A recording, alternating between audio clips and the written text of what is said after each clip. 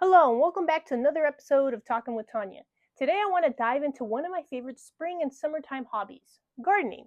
As someone who's all about health and wellness, I truly believe that knowing where your food comes from helps you make more intentional choices that support your body in the best way possible. And what better source than your own backyard using your own two hands? I've always dreamed of one day living on some land, growing my own food, raising a few chickens, and becoming fully self sustainable. Well, I've only been gardening for a few years. I've been learning little by little, and each year I get a little bit better. I'm no expert, but I found so much joy and healing in the process. There's a lot that goes into gardening, from choosing your plants to understanding soil, sunlight, compost, and environment. It definitely takes time, effort, and patience. But in this episode, I want to share why I think it's such a rewarding and healing hobby, maybe even inspire you to give it a try.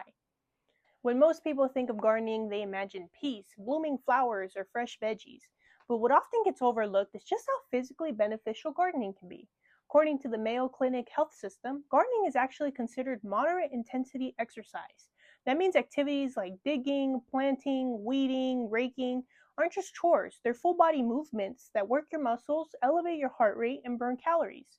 In fact, just 30 minutes in the garden can burn as many calories as a light gym session. And trust me, I believe it. One time I rented a tiller to soften up the ground, and it definitely made planting easier. But oh my goodness, it also stirred up every dormant weed seed known to man. I was pulling weeds for weeks. One day the garden looked great, the next it's like nature threw a wild party without telling me. Lesson learned. Gardening also helps build strength, flexibility, and balance, especially when you're squatting, lifting, and reaching for tools or plants. And I think that's so important, especially today when everything is becoming so digitized and automated. I saw a commercial recently for a self-driving lawnmower. Literally, you don't even have to push it anymore. It said, "Why get up and mow the why get up and mow when this machine can do it for you?" And I'm sitting here thinking, because it's good for you. That's why. We're moving less than ever, with more jobs becoming sedentary and convenience at every corner. That's why it's so important to intentionally find ways to move our bodies. And I think gardening is such a beautiful, meaningful way to do that. It's also good for your bones. Spending time in the sun while you garden helps your body produce vitamin D, which plays a major role in calcium absorption and maintaining strong bones. And for people managing chronic conditions, gardening can be incredibly helpful. According to UNC Health, regular gardening can support better control of blood pressure and blood sugar, making it a great activity for those living with hypertension or diabetes. What I love most is that gardening is adaptable. You can use raised beds, or ergonomic tools, or just take your time and pace yourself. It's accessible for people of all ages and ability levels. Gardening offers a gentle yet powerful way to stay active without the pressure of a traditional workout. So if you're looking for a joyful, grounding, and functional way to move your body and support your physical health, gardening might just be your perfect match. Gardening doesn't just nourish your body, it can be incredibly healing for your mind too. According to both UNC Health and the Mayo Clinic Health System, gardening helps reduce stress, anxiety, and depression.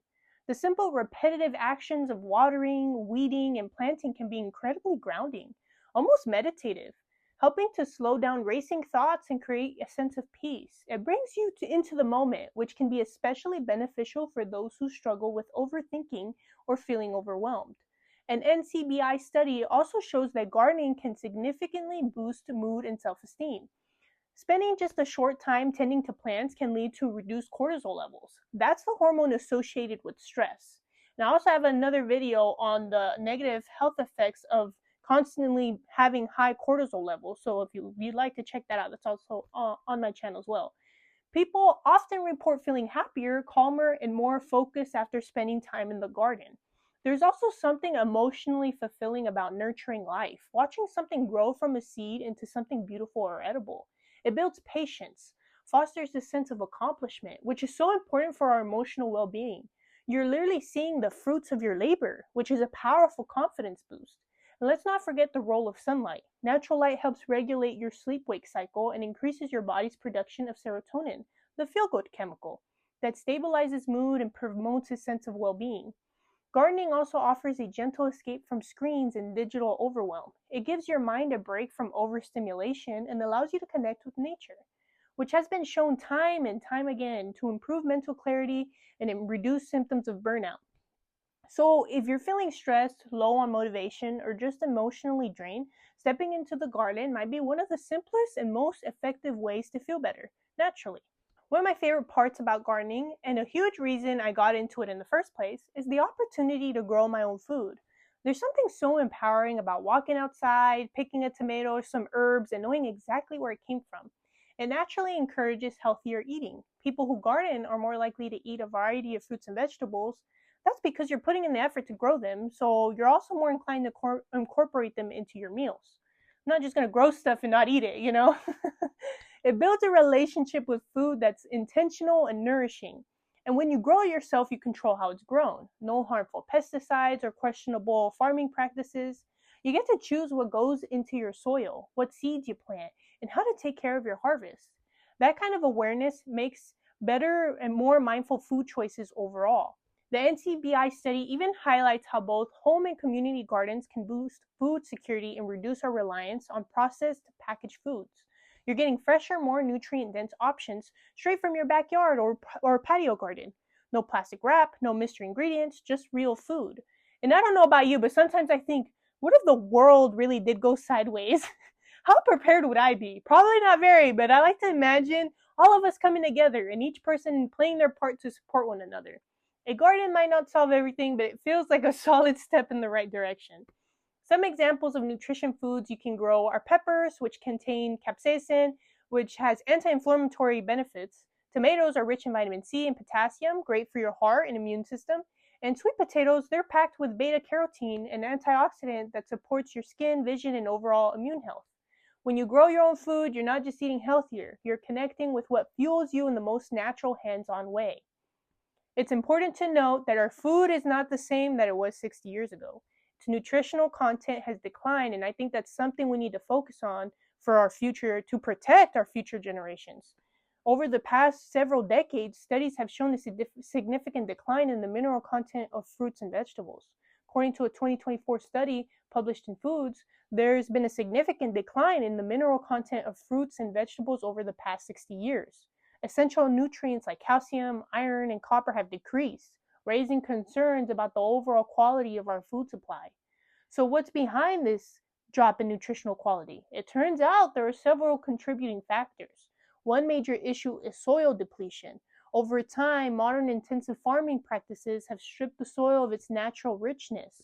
When the soil isn't replenished properly, crops can't absorb the same levels of essential minerals they once did. Another factor is the push for high-yield crop varieties. In an effort to feed a growing population, agriculture has focused on developing crops that produce more per acre. But this often comes at the cost of nutritional density, prioritizing quantity over quality. There's also the widespread use of chemical fertilizers and pesticides, which has disrupted the natural nutrient cycles that support healthy soil and crops. And finally, rising carbon dioxide levels in our atmosphere can cause plants to grow faster but with low concentration of nutrients, essentially diluting their nutritional value. This decline in quality isn't just a minor detail, it has real implications for our health. As more people shift toward plant-based diets for their many benefits, it becomes even more important to ensure the fruits and vegetables we're relying on are as nutrient-rich as possible. One way to combat this is by growing your own produce. Home gardening allows you to enrich your soil naturally, choose heirloom varieties known for their nutritional value, and harvest at peak ripeness, ensuring maximum nutrient content. So while modern agriculture has brought many advancements, it's essential to be aware of these changes and take steps, like home gardening, to ensure we're getting the most from our fruits and veggies. And then there's the self-sufficiency angle. As someone who dreams of one day living off the land, growing my own food, raising chickens, the whole deal, the whole shebang, having a garden feels like one small step closer. Even if it's just herbs in a pot or a few veggies in a raised bed, it's empowering to know that I can provide for myself, even just a little bit. It's a reminder that food doesn't have to come from a store shelf. It can come from your own hands, your own space, your own intention. And that connection to your food and to your body is priceless. Getting started with gardening doesn't have to be complicated. If you're unsure where to begin, I always recommend starting with tomatoes. I've grown them every year, and they've been pretty easy to manage. When I lived in California, where the summers get really hot, I planted mine with a bit of shade to protect them from the intense heat. But if you live in a more moderate climate, full sun is perfect. There's just something so satisfying about growing your own food. I remember one morning when I had fresh tomatoes and peppers from my garden, along with eggs from the chickens I was raising at the time. I made breakfast using all these ingredients, and in that moment, I felt a little glimpse of the self sufficient life that I dream about. Living off the land, providing for myself and my family. In the beginning, I imagined garden beds taking over every inch of my yard. But then I stumbled across a YouTube video that completely shifted my perspective. A guy named Andrew Millison turned his entire yard in the suburbs into a productive, thriving permaculture garden. If you're not familiar with the term permaculture, it's all about designing your space in harmony with nature, using your land efficiently and thoughtfully to support healthy plant growth. I'll link his video in the description below because I just love how he used what he had and made it work for him. Many people are actually moving away from the aesthetically pleasing, picture-perfect garden look. According to an article on Living Act, it explains why people are moving towards messy gardening. In recent years, there's been a noticeable shift in gardening trends, moving away from meticulously manicured landscapes toward a more relaxed, messy gardening approach. This emerging trend, often referred to as rewilding, emphasizes embracing natural processes and allowing gardens to evolve organically. This article further explains that messy gardening involves stepping back from overly controlled practices and letting nature take the lead, like leaving patches of long grass, allowing native wildflowers to self-seed, or permitting hedges to grow freely. The goal is to create a space that supports local wildlife, mimics natural ecosystems, and minimizes human interference. I also think it's important that we give back to wildlife around us to support it and honor our role within the larger ecosystem. One of my favorite parts of gardening was always the unexpected visitors. I'd come across butterflies, bees, hummingbirds, wasps, caterpillars, moths, dragonflies, and even spiders. And instead of being bothered, I felt grateful. It was a reminder that I wasn't just growing food, I was creating a little sanctuary, a tiny ecosystem of my own. And that felt incredibly rewarding. The rewilding appeal lies not only in its ecological benefits, but also in its accessibility. It offers a low maintenance alternative for those who may not have the time or energy for traditional upkeep. By allowing plants to grow more naturally, gardeners can foster biodiversity and support pollinators, birds, and other wildlife. Ultimately, this shift reflects a broader move towards sustainability and environmental consciousness. Messy gardening reduces reliance on chemical fertilizers and pesticides and encourages a healthier, more balanced ecosystem. As the Living Act article highlights, it's all about working with nature rather than against it. By embracing the beauty of imperfection, messy gardening invites us to reconnect with the wild side of nature and to find joy in the spontaneous and the unplanned. I'm also someone who really values having a personal escape, a little sanctuary to recharge and recenter. In my old house, I had a peaceful area under some trees where I'd set up a hammock right by the garden. I could spend hours out there, just relaxing and soaking in the calm energy of nature. I don't have that space anymore, but it's definitely something I plan to recreate in the future. There's something incredibly grounding about being outside, surrounded by green things you've helped grow. It just does something good for the soul. So whether you're dreaming of one day living off the land like me, or you're just looking for a new hobby that's healing for both your body and your mind, I hope this episode gave you a little inspiration to start where you are. Gardening is so much more than planting seeds. It's a way to reconnect with nature, take care of your health, and reclaim a little bit of independence in a world that feels so fast and disconnected. It's not always glamorous. Sometimes it's pulling weeds for weeks or learning lessons the hard way, like waking up every wild seed with the tiller. But even in those moments, there's growth. You learn patience, you build resilience, and you're reminded that healing, whether it's physical, mental, or spiritual, doesn't happen overnight. It's a process just like the seasons. Even if you're only growing herbs on a windowsill or tending to a single tomato plant on your balcony, that's enough. That's powerful. That's you choosing to nurture something, including yourself. Thank you for spending time with me today. I hope you walk away from this episode feeling more connected, more inspired, maybe a little more curious about what you can grow, both in your garden and within yourself. Until next time, thank you for listening. Take care of yourself. Peace out.